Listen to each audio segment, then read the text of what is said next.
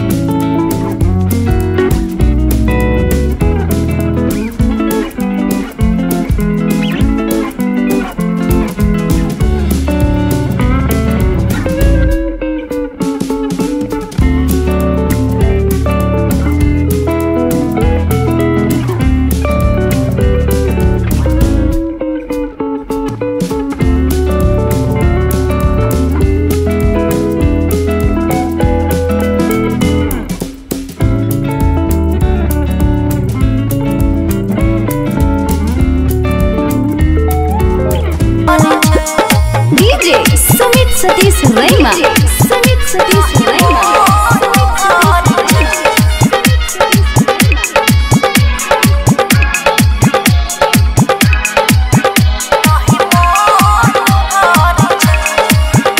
खुशी recording studio बलुआहा।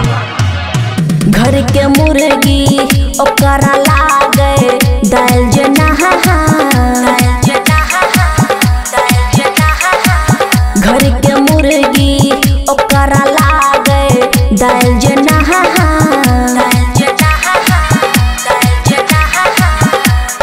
बाहर के सागो उखाए चिकन जेना, चिकन जेना। रूपवा निहारै छै, पंख उमारै छै, नहीं शरम करै छै। आइ काल्हि मुनसा के गो मौगी से नहीं मन भरै छै। आइ काल्हि मुनसा के गो मौगी से नहीं मन भरै छै। डीजे सुमित सतीश रैमा, सतीश रैमा।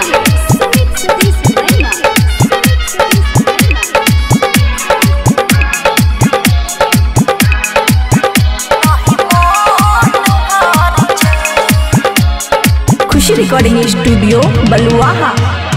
रात कतो दिन कतो बिताबै छै,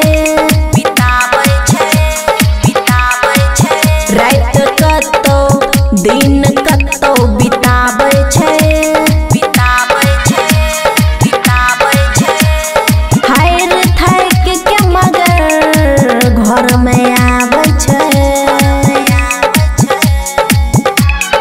बबुआ राहुल अमन नै कनियो विचार करै छै।